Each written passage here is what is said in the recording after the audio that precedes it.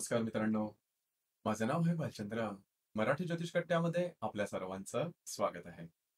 आजच्या व्हिडिओमध्ये आपण चर्चा करणार आहोत कुंभ राशीचं सन 2024 करताचं संपूर्ण वर्षफळ. कसे असतील ग्रहयोग, कसे असतील ग्रहांचे राशांतर आणि ती तुमच्या राशीवर कशा प्रकारे प्रभाव पडणार आहेत, कोणते निर्णय तुम्हाला घ्यायचे आहेत, कोणते निर्णय तुम्हाला टाळायचे आहेत.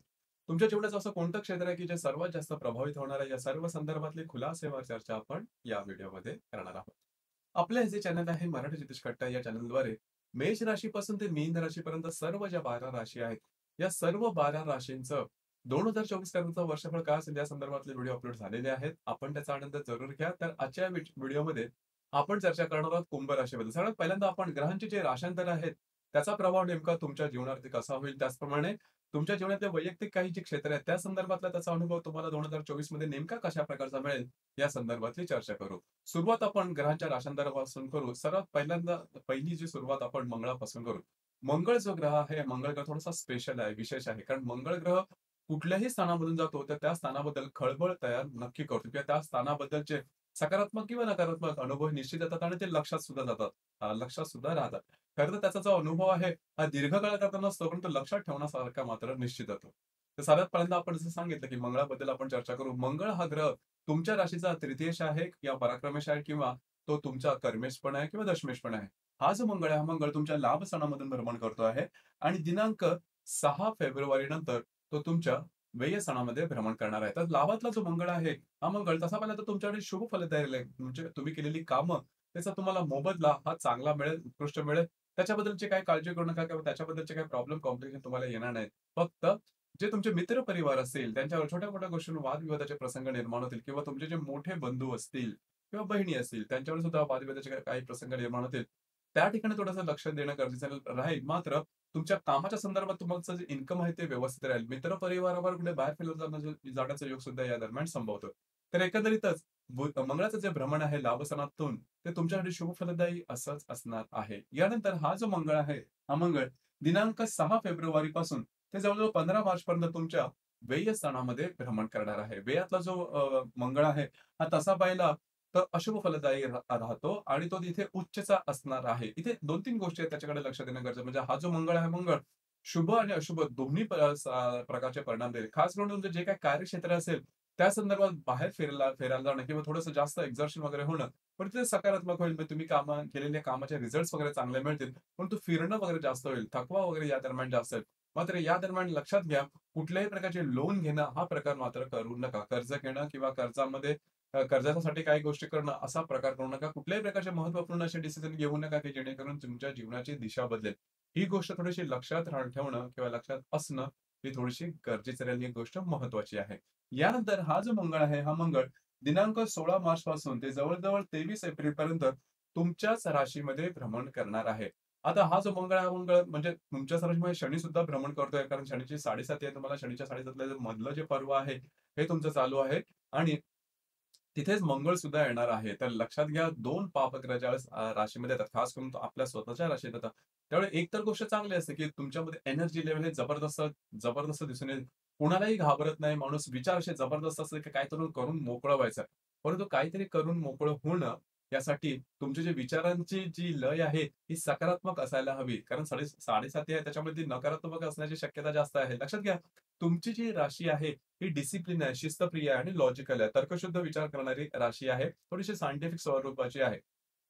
गेल्या साधारण 1.5-2 वर्षापासून गोष्टी काही तुमच्या अपेक्षित होत नाहीत. खास करून 1.5-1 वर्षापासून म्हणजे सव्वा ते दीड वर्षापासून तुम्ही बघितलं असेल, की तुमच्या अपेक्षेप्रमाणे काही गोष्टी होत नाहीत. म्हणजे आपण स्वतः व्यवस्थित राहून सुद्धा, डिसिप्लिन राहून सुद्धा तुम्हाला अपेक्षित गोष्टी मिळत नाही किंवा त्याचे रिझल्ट्स मिळत नाहीत आणि ह्याच्यापूर्वी तसे रिझल्ट्स मिळत होते. परंतु आता गोष्टी बदललेल्या आहेत. छोट्या-छोट्या कामामध्ये सुद्धा विलंब लागतोय. सभोवतालची माणसं आहेत ती थोडी थोडी वेगळी वागत आहेत आणि काही गोष्टी इतरांसाठी सोप्या आहेत आणि त्याच गोष्टी आपण करायला गेलो तर मात्र त्या होणं कठीण होऊन बसतं.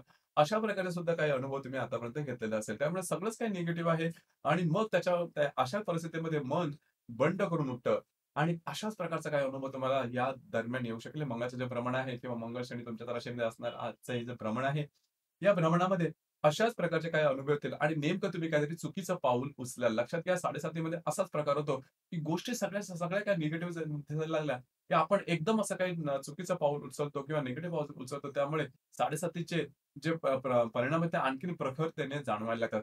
लक्षात घ्या, संयम अत्यंत महत्वाचा आहे. संयमाने काम घ्या. जरी गोष्टी टोकाच्या झाल्या, तरी सुद्धा थोडंसं सरळ मार्गाने चालणं, आउट ऑफ द वे जाऊन गोष्टी करू नका. तसं केलं तर त्याच्यामध्ये फसाल आणि त्याचे जे परिणाम आहेत ते तुम्हाला साडेसाती संपेपर्यंत भोगावे लागतील. लक्षात घ्या, अशा कुठल्याही प्रकारचं पाऊल उचलू नका, की जेणेकरून तुम्हाला त्रासदायक गोष्टींना सामोरं जावं लागेल किंवा रिस्क तर अजिबात घेऊ नका. रिस्क अंगाशी येईल.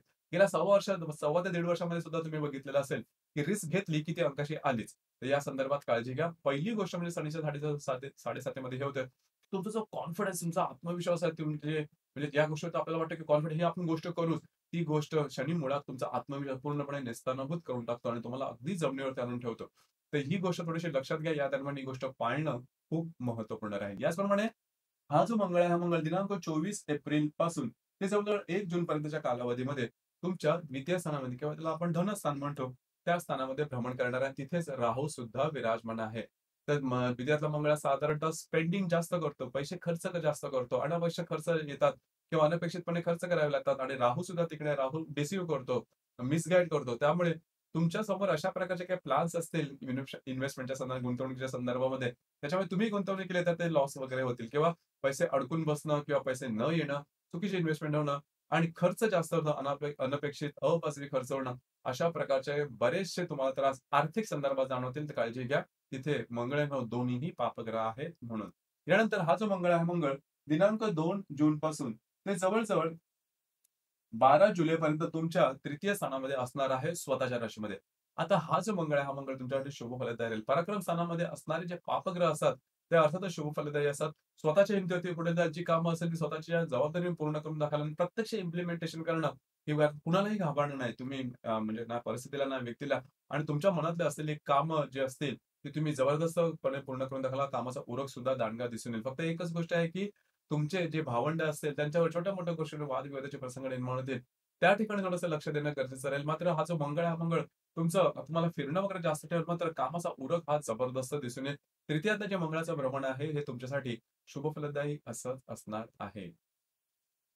यानंतर हा जो मंगळ आहे, मंगळ दिनांक 13 जुलैपासून ते 26 ऑगस्टपर्यंत तुमच्या चतुर्थात भ्रमण करणार आहे. चतुर्थात हा मंगळ तिथेच गुरु सुद्धा असणार आहे. अर्थात हे जे मंगळ गुरुचं जे भ्रमण आहे, ते तुम्हाला तेवढंसं काही अशुभ फलदायी राहणार नाही. फक्त घरातल्या ज्या व्यक्ती त्यांच्या आरोग्याकडे लक्ष द्या. त्यांच्यावर छोट्या-मोठ्या गोष्टीवरून वादविवादाचे प्रसंग निर्माण होतील. अर्थात त्याचा फारसा मोठा परिणाम होणार नाही. त्याच्यामुळे मंगळाचं जे भ्रमण आहे, ते तेवढ्या प्रमाणात काही तुम्हाला अशुभ फलदायी राहणार नाही. यानंतर दिनांक 27 ऑगस्ट पासून ते जवळ-जवळ 20 ऑक्टोबरपर्यंतच्या कालावधीमध्ये हा जो मंगळ आहे, मंगळ तुमच्या पंचम स्थानामध्ये भ्रमण करणार आहे, शत्रू स्थानामध्ये. तर खास करून जर ज्या गर्भवती महिला त्यांनी या दरम्यान स्वतःच्या आरोग्याकडे लक्ष देणं अत्यंत आवश्यक राहील. आरोग्याच्या संदर्भात काही त्यांना डोकं वर काढू शकतील. जर का तुम्ही कोणाच्या रिलेशनशिपमध्ये असाल, तिथे सुद्धा छोट्या-मोठ्या गोष्टींवरून वादविवादाचे प्रसंग निर्माण होतील. विद्यार्थ्यांनी खास करून स्वतःचे लक्ष द्या, कारण 7:30 आहे आणि 7:30चे परिणाम काय असतात ते तुम्ही अनुभवले असतील. या दरम्यान थोडेसे जास्त तुमच्यासाठी जाणवते. तर काळजी घेणं थोडंसं महत्त्वपूर्ण राहील. याचप्रमाणे हा जो मंगळ आहे, हा मंगळ दिनांक 21 ऑक्टोबर नंतर तुमच्या 6व्या स्थानामध्ये भ्रमण करणार आहे. आता हे जे मंगळाचं भ्रमण आहे, हे अतिशय महत्त्वपूर्ण राहील. कारण तुमच्या 6व्या स्थानात भ्रमण करणारा जो मंगळ आहे, हा मंगळ नीच राशीमध्ये आहे, म्हणजे कर्क राशीमध्ये आहे आणि 6व्या स्थानामध्ये म्हणजे ज्याला आपण रोग, शत्रू आणि मातुल घराणं याच्याशी संबंधित आहे 6वं घराणं. तर तिथे हा मंगळ भ्रमण करण्याने त्याच्याशी संबंधित अनुभव तुम्हाला निश्चित मिळतील. खास करून आरोग्याच्या संदर्भातले त्रास या दरम्यान डोकं वर काढू शकतील. लागणं, कापणं, खरचटणं, फ्रॅक्चर होणं, स्टिचेस पडणं इथपर्यंत सुद्धा गोष्टी होऊ शकतील. काळजी घ्या. त्याचप्रमाणे ज्या ठिकाणी तुम्ही काम करता, त्या ठिकाणचे जे सहकर्मी असतील, त्याच्यापासून ऑफिस पॉलिटिक्स सारखे काही अनुभव सुद्धा तुम्हाला येऊ शकतील. तर थोडंसं अलर्ट राहणं गरजेचं राहील. अलर्ट राहणं अत्यंत आवश्यक आहे. लक्षात घ्या, मला ठाऊक आहे, की गेले वर्षभर तुम्ही अलर्ट राहून सुद्धा गोष्टी चुकीच्या होतातच आहेत. या दरम्यान तुम्हाला ते जास्त प्रमाणात जाणवेल. कारण आता पण तुम्ही बघितलंच, की मंगळाचं जे भ्रमण आहे, प्रत्येक स्थानामध्ये सव्वा ते दीड महिन्यापर्यंतचं होतं. परंतु या स्थानामध्ये ते 6 महिन्यापर्यंत लांबणार आहे. लक्षात घ्या, कारण या स्थानामध्ये तो वक्री सुद्धा होणार आहे आणि स्वतःच्या नीच राशीमध्ये वक्री होणार आहे. तर या संदर्भात थोडी काळजी घेणं गरजेचं राहील. आरोग्य, तुमचं जे काही कार्यक्षेत्र असेल त्या संदर्भात महत्त्वपूर्ण आहे. या दरम्यान थोडीशी पैशाच्या संदर्भात सुद्धा सुद्धा तुम्हाला फायनान्शियल क्रंचेस ज्याला आपण म्हणतो, ते जाणवू शकते. घेऊ नका कर्ज, लक्षात घ्या. ते नंतर ते फेडणं तुम्हाला कठीण होऊन बसेल. तर मंगळाचं जे भ्रमण आहे, मंगळाचं भ्रमण तुम्ही बघितलं असेल, की एकादश स्थानापासून ते जवळ 6व्या स्थानामध्ये म्हणजे या संपूर्ण ह्याला अनुदित गोलार्ध म्हणतात आणि हा जो गोलार्ध आहे त्याला उदित गोलार्ध म्हणतात. तर अनुदित गोलार्धामध्ये असणारच जे मंगळाचं भ्रमण आहे, हे साधारणतः तुमची पर्सनॅलिटी आहे, की तुमच्या आजूबाजूचं जग आहे त्याच्यावरती जास्त इफेक्ट करणार. तुमच्या इनर कोरवरती, तुमच्या अंतर्भूत जी भूमिका आहे किंवा अंतर्भूत तुमचं व्यक्तिमत्व आहे, त्याच्यावरती जास्त परिणाम करणार आहे. तुमचा जगाकडे बघण्याचा दृष्टिकोन, तुमचं राहणीमान, तुमचे निर्णय, तुमचे विचार या सर्वांवरती विचारबुद्धी, तुमची वागणूक या सर्वांवरती हा जो मंगळ परिणाम करणार आहे लक्षात घ्या. आणि ते जाणवण्यात असेल. म्हणजे या दरम्यान होईल काय, की परिस्थिती ठीक असेल, परंतु तुम्ही परिस्थितीच्या आधी जाऊन काही निर्णय चुकीचे घ्याल. म्हणजे इमोशनल होण्याची शक्यता जास्त आहे. खरं तर तुमची जी असते ती इमोशनल अजिबात नाही. परंतु परिस्थिती बऱ्याच वेळा अशा प्रकारे निर्माण होते, की भावनेच्या आहारी जाऊन किंवा परिस्थितीच्या आहारी जाऊन आपण असे चुकीचे निर्णय घेतो, की ज्याचा परिणाम आपल्याला भोगावे लागतात. तशाच प्रकारचा अनुभव लक्षात घ्या या दरम्यान म्हणजे या वर्षामध्ये तुमच्याकडून मोठी चूक होण्याची शक्यता आहे, की ज्याचे परिणाम तुम्हाला पुढच्या काही महिन्यामध्ये किंवा काही वर्षामध्ये भोगावे लागतील. तर थोडंसं अलर्ट राहणं गरजेचं आहे. परिस्थिती कितीही टोकाची झाली, तरी तुमचं जे लिमिट असेल, प्रत्येकाचं एक लिमिट असतं. एक मर्यादा असते. त्या मर्यादेबाहेर जाऊन आपण कधी काम करत नाही. तर मर्यादेबाहेर जाऊन काम करू नका. मर्यादेमध्ये राहा. शनी तुम्हाला मर्यादेमध्ये राहायला शिकवतो. तर तिथे कॉन्फिडन्समध्ये आपण चुकीचा निर्णय घेतो. त्या संदर्भात काळजी घेणं गरजेचं आहे. इतर ग्रहांबद्दल सांगायचं झालं तर जसं की शनी त्यामुळे 7.5 आहे. त्यामुळेच त्रासदायक गोष्टींना तुम्ही पाहत आहे. तर शनी तुमच्याच राशीमध्ये भ्रमण करतो आहे आणि दिनांक 30 जूनपासून ते जवळ 15 नोव्हेंबरपर्यंत हा वक्री असणार आहे. तर हे जे शनीचं वक्रीपण आहे त्याच्याकडे थोडंसं लक्ष द्या. त्या ठिकाणी हे जे त्रास किंवा जे प्रॉब्लेम आहे ते जास्त ठळकपणे जाणवतील. तर थोडं म्हणजे तुमची विचारांची जी दिशा आहे असेल ती थोडीशी बदलेल किंवा ती थोडीशी निगेटिव्ह होण्याची शक्यता आहे. तर या दरम्यान थोडी काळजी घेणं महत्त्वपूर्ण राहील. राहू ग्रहाबद्दल सांगायचं झालं तर राहू जो ग्रह तुमच्या द्वितीयात भ्रमण करतो, जो केतू आहे, हा तुमच्या अष्टमात भ्रमण करतोय. दोन्ही ग्रह वर्षभर तिथेच राहणार आहे. तर आर्थिक चणचण किंवा आर्थिकदृष्ट्या फसलं जाणं, फसवलं जाणं, चीटिंग होणं, अशा प्रकारचे काही अनुभव येतील तर काळजी घ्या. आरोग्याकडे सुद्धा लक्ष देणं गरजेचं राहील. कारण केतू तुमच्या अष्टमामध्ये भ्रमण करतो आहे. जेव्हा तिला किंवा त्या स्थानाला आपण मृत्यू स्थान असं म्हणतो. पण प्रत्यक्ष मृत्यू वगैरे असं काही नाही. त्याच्यामुळे तशी काही काळजी करू नका. तर ती गोष्ट लक्षात राहणं गरजेचं आहे. यानंतर गुरु जो ग्रह आहे त्याबद्दल सांगायचं झालं, तर गुरु जो ग्रह आहे तो आतापर्यंत तुमच्या तृतीय स्थानामध्ये भ्रमण करतो आहे आणि दिनांक 2 मे नंतर हा गुरु तुमच्या चतुर्थात भ्रमण करतो. लक्षात घ्या 2023 मध्ये हा जो गुरु आहे, गुरु तुमच्या तृतीय स्थानामध्येच भ्रमण करतो आहे. तृतीय स्थानातला गुरुचे भ्रमण असतं, ते बऱ्याच प्रमाणात चांगलं असतं. कारण तो पंचम दृष्टीने तुमच्या सप्तम स्थानाला, नवम दृष्टीने तुमच्या भाग्यस्थानाला आणि अ, नवम दृष्टीने तुमच्या एकादश स्थान, सप्तम दृष्टीने तुमच्या भाग्यस्थानाला पाहत होता. की ज्याचे चांगले अनुभव सुद्धा तुम्हाला मिळालेले होते. परंतु हा जो गुरु आहे, गुरु आता तुमच्या करंट ट्रान्झिटचा किंवा गोचरीचा गुरु तुमच्या चतुर्थामध्ये भ्रमण करतोय. तर गोचरीचा चतुर्थातला गुरु जो असतो, हा शुभ फलदायी मानला जात नाही. तर एकंदरीत तुम्हाला जी काही महत्त्वपूर्ण कामं या वर्षामध्ये करायची असतील, ती साधारणतः एप्रिलपर्यंत पूर्ण करून घ्या. कारण मे पासून गुरुचं सुद्धा तुम्हाला बळ मिळणार नाही. त्याच्यामुळे थोडंसं गोष्टी वेगळ्या प्रकारे होण्याची शक्यता आहे. त्या ठिकाणी लक्ष देणं गरजेचं राहील. आता इथे लक्षात घ्या, जर का तुमच्या पत्रिकेमध्ये रवी जो ग्रह आहे, हा रवी वृषभ, कन्या आणि मकर या 3 राशीमध्ये असेल किंवा 3 पैकी एका जरी राशीत असेल, खास करून वृषभ आणि वृषभ आणि कन्या राशीमध्ये असेल, तर साधारणतः तुम्हाला जे मेच्या नंतरचा कालावधी आहे किंवा संपूर्ण वर्ष सुद्धा व्यवस्थित जाईल. मात्र त्या व्यतिरिक्त इतर कुठल्या राशीमध्ये असेल, तर थोडंसं तुम्हाला काळजी घेणं महत्त्वपूर्ण राहील. ही गोष्ट अतिशय महत्त्वाची आहे. लक्षात घ्या. म्हणजे 6.5 म्हणजे हे जे ट्रॅप आहे लक्षात घ्या, की ह्या संपूर्ण वर्षामध्ये साधारणतः मे महिन्यापासूनचा जो कालावधी आहे, त्याच्यामध्ये तुम्ही फसले जाल. म्हणजे कुठल्याही बाबतीमध्ये. म्हणजे तुम्हाला ज्या गोष्टीची खूप चणचण आहे किंवा ज्या गोष्टीबद्दल खूप त्रास आहे, त्याच्यामध्ये अलगद फसले जाल. अलगद तुम्ही चुकीचे डिसिजन घ्या आणि मग त्याचे जे परिणाम असेल ते तुम्हाला पुढच्या कालावधीमध्ये भोगावे लागू शकतील. तर काळजी घेणं गरजेचं राहील. यानंतर आपण चर्चा करणार आहोत महत्त्वपूर्ण ज्या काही गोष्टी असतील त्या संदर्भामध्ये, जसं की आरोग्याच्या संदर्भात. आरोग्याच्या संदर्भात सांगायचं झालं, तर फारशी काहीही काळजी करू नका. या संपूर्ण वर्षामध्ये आरोग्याच्या संदर्भातल्या काही काळजी करू नका. आरोग्याच्या संदर्भात तुम्ही खणखणीत राहा. छोटे-मोठे त्रास असतील ते साधारण दिनांक 30 जूनपासून ते 15 नोव्हेंबरपर्यंत जाण्यातील अगदी थोडेफार छोटे-मोठे असेल. मात्र या वर्षाच्या अगदी शेवटी म्हणजे डिसेंबरपासूनचा कालावधी आहे. तिकडे जो मगाशी सांगितला, की तो मंगळ आहे तो वक्री होणार तुमच्या 6व्या स्थानामध्ये. तिथे मात्र तुम्हाला आरोग्याच्या संदर्भात काळजी घेणं गरजेचं आहे. परंतु हे जे संपूर्ण महिने ते तुम्हाला आरोग्याच्या संदर्भामध्ये तसे काही प्रॉब्लेमॅटिक किंवा त्रासदायक जाणार नाही. त्याच्यामुळे तशी काही काळजी करू नका. याचप्रमाणे आर्थिक स्थैर्याबद्दल सांगायचं झालं, तर द्वितीयात राहू आहे. तुमचे रास 7.5 चालू आहे. गुरुचं बळ सुद्धा तुमच्या राशीला नाही. त्याच्यामुळे फायनान्शियल क्रंचेस येणार. चुकीची इन्व्हेस्टमेंट करू नका. नाकासमोरच्याला आउट ऑफ द वे जाऊन गोष्टी करू नका. रिस्क घेऊन गोष्टी करू नका. ही गोष्ट अत्यंत आवश्यक आहे. जर तुम्ही शेअर मार्केटमध्ये ट्रेड करत असाल, तर मगाशी जे सांगितलं, जसं की 27 ऑगस्ट पासून ते 20 ऑक्टोबरपर्यंतच्या कालावधीमध्ये तुम्ही थोडंसं काळजी घ्या. जर का तुम्ही शेअर मार्केटमध्ये ट्रेड करत असाल, शॉर्ट टर्ममध्ये तुम्हाला या संदर्भात म्हणजे शॉर्ट टर्म इन्व्हेस्टमेंट करत असाल, तर थोडेसे त्रास वगैरे होऊ शकतील किंवा तुमचे अंदाज वगैरे चुकतील. बेसिकली मोठी रिस्क घेऊच नका. कारण द्वितीयातला राहू आणि लग्नातला जो शनी आहे, तुमच्या राशीतला जो शनी आहे, हा तुम्हाला त्रासदायक होईल. याचप्रमाणे गृहसौख्याबद्दल सांगायचं झालं, तर गृहसौख्याबद्दल तशी काही काळजी करू नका. काही फारशा मोठ्या त्रासदायक गोष्टींना सामोरं जावं लागणार नाही. गुरुजी चतुर्थीतलं भ्रमण असेल, ते घरातल्या व्यक्तींबरोबर तुमचं इंटरॅक्शन असेल, ते खूप चांगलं दिसून येईल. घराच्या संदर्भात कुठलीही महत्त्वपूर्ण कामं या दरम्यान करू शकता. काही काळजी करू नका. त्याचप्रमाणे जर रिलेशनशिप, प्रेमाचा मामला जर काय म्हणायचा झाला, तर साधारणतः दिनांक 27 ऑगस्ट पासून ते 20 ऑक्टोबरपर्यंतच्या कालावधीमध्ये थोडंसं तू-तू, मैं-मैं ज्याला आपण म्हणतो, अशा प्रकारचे काही अनुभव येऊ शकतील. पण त्याचा फारसा परिणाम तुमच्या प्रेमाच्या संदर्भात होणार नाही. ज्या स्त्रिया, गर्भवती महिला त्यांनी सुद्धा या दरम्यान स्वतःच्या तब्येतीकडे लक्ष देणं गरजेचं राहील. आणि जे विद्यार्थी वर्ग आहेत त्यांनी तर भरपूर एफर्ट देणं गरजेचं आहे. कारण गोष्टी तुमच्यासाठी थोड्या काय जरा जास्तच कॉम्प्लिकेटेड वगैरे होते. काळजी घ्या. याचप्रमाणे वैवाहिक सुखाबद्दल सांगायचं झालं, तर साधारणतः हा जो पॅच आहे, दिनांक 16 मार्च पासून ते जवळ-जवळ 23 एप्रिल पर्यंतच्या कालावधीमध्ये थोडंसं तुमच्यामध्ये आणि तुमच्या वैवाहिक मध्ये वादविवादाचे प्रसंग निर्माण होतील. तर या संदर्भात काळजी घ्या आणि त्यामुळे थोडेसे वादविवाद थोडेसे वाढले सुद्धा जाऊ शकतील. थोडीशी काळजी घेणे गरजेचं राहील. आणि दुसरी महत्त्वाची गोष्ट म्हणजे करिअरच्या संदर्भात फारसं काही प्रॉब्लेम येणार नाही. तुमचं करिअर नॉर्मल जाईल. परंतु बाकीच्या ज्या गोष्टी मी तुम्हाला जसं मगाशी सांगितलं किंवा करिअर किंवा तो काही प्रॉब्लेम येणार नाही. जे काही प्रॉब्लेम तुम्हाला या वर्षामध्ये असेल, ते तुमच्या आंतरिक असतील. ते इमोशन असू शकतील किंवा रिलेशनशिपचे असू शकतील किंवा त्या संदर्भात म्हणजे तुम्हाला स्वतःवरती कंट्रोल करता येणं अतिशय आवश्यक आहे. त्याच्यावरती थोडंसं काम केलं, तर 7.5चा फारसा मोठा काही प्रभाव तुम्हाला जाणवणार नाही. ही गोष्ट महत्त्वपूर्ण राहील.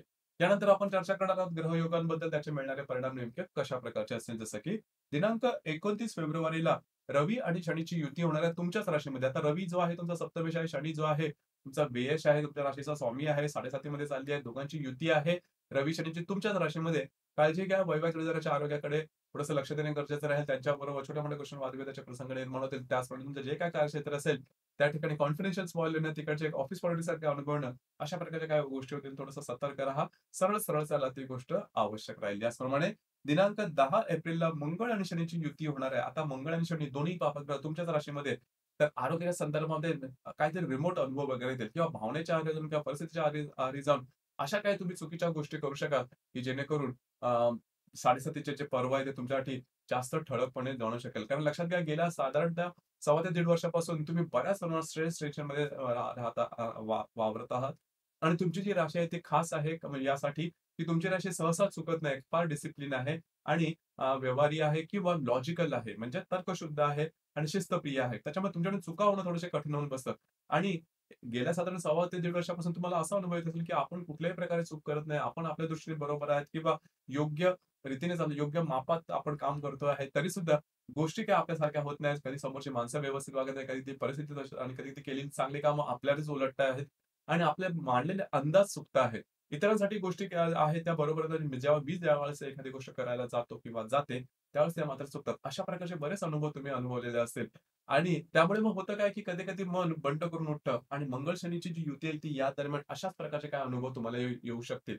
भावनेच्या आहारी जर काही चुकीचे काही अनुभव येऊ शकतील, त्या संदर्भात काळजी घेणं गरजेचं राहील. याचप्रमाणे दिनांक 19 मेला रवी आणि गुरुची युती तुमच्या चतुर्थात होणार आहे. अर्थात ही युती शुभ फलदायी आहे. तुमच्या घरामध्ये काही शुभ कार्य होणं किंवा महत्त्वपूर्ण कामं होणं, अशा प्रकारच्या काही गोष्टी निश्चित होतील. घरातल्या व्यक्तींबरोबरचे नातेसंबंध सुधारतील. आणि वास्तूच्या संदर्भात जर का तुम्हाला वेगळं काही करायचं असेल, म्हणजे वास्तू विकायची असेल, नवीन घ्यायची असेल, वास्तूच्या संदर्भात रिनोव्हेट काय करायचं असेल, तर या दरम्यान हा जो कालावधी आहे, कालावधी तुमच्यासाठी शुभ फलदायी असाच राहणार आहे. त्याच्यामुळे तशी काही काळजी करू नका. याचप्रमाणे याच दिवशी म्हणजेच 19 मेलाच मंगळ आणि राहूची सुद्धा युती होणार तुमच्या द्वितीय स्थानामध्ये. आर्थिक संदर्भात काळजी घ्या. आर्थिक संदर्भात चुकीचे व्यवहार करू नका. ही गोष्ट अतिशय महत्त्वाची आहे. कारण राहू आहे तो डिसीव्ह करणार आणि याच दरम्यान तुमच्या जे वैवाहिक जोडीदार आहेत, तुमच्यामध्ये तुमच्या वैवाहिक जोडीदारामध्ये वाद-विवादाचे प्रसंग वगैरे निर्माण होतील. काळजी घ्या. त्यांच्या आरोग्याकडे सुद्धा लक्ष देणं गरजेचं राहील. याचप्रमाणे दिनांक 15 मार्च ते 15 एप्रिल या कालावधीमध्ये तुमचे जे आर्थिक व्यवहार आहेत त्या संदर्भात काळजी घ्या. फायनान्शियल क्रंचेस किंवा आर्थिक तुटवडा थोडासा या दरम्यान जास्त जाणवू शकेल. याचप्रमाणे दिनांक 15 सप्टेंबर पासून ते 15 ऑक्टोबर पर्यंतच्या कालावधीमध्ये आरोग्याकडे थोडंसं लक्ष द्या. आरोग्याचे छोटे-मोठे त्रास वगैरे डोकं वर काढू शकतील. तर एकंदरीतच सांगायचं झालं किंवा ढोबळ मनाने सांगायचं झालं, तर या संपूर्ण वर्षामध्ये तुम्हाला स्वतःवरती काम करणं अतिशय आवश्यक राहील. तुम्ही, तुमच्या आजूबाजूची माणसं, तुमच्या म्हणजे रिलेशनशिपमध्ये असणारी माणसं, म्हणजे वैवाहिक असेल किंवा लव्ह लाईफमध्ये असेल किंवा घरातली माणसं यांच्या संदर्भात थोड्याशा गोष्टी थोड्याशा वेगळ्या होऊ शकतील. आणि दुसरी महत्त्वाची गोष्ट म्हणजे 7:30मध्ये आहे रास. दुसरी गोष्ट म्हणजे गुरुचं सुद्धा बळ तुम्हाला ह्याच्यापासून म्हणजे मे महिन्यापासून मिळणार आहे. तर त्या ठिकाणी सुद्धा थोडीशी काळजी घेणं महत्त्वपूर्ण राहील. या गोष्टी थोड्याशा लक्षात घेणं महत्त्वपूर्ण राहील.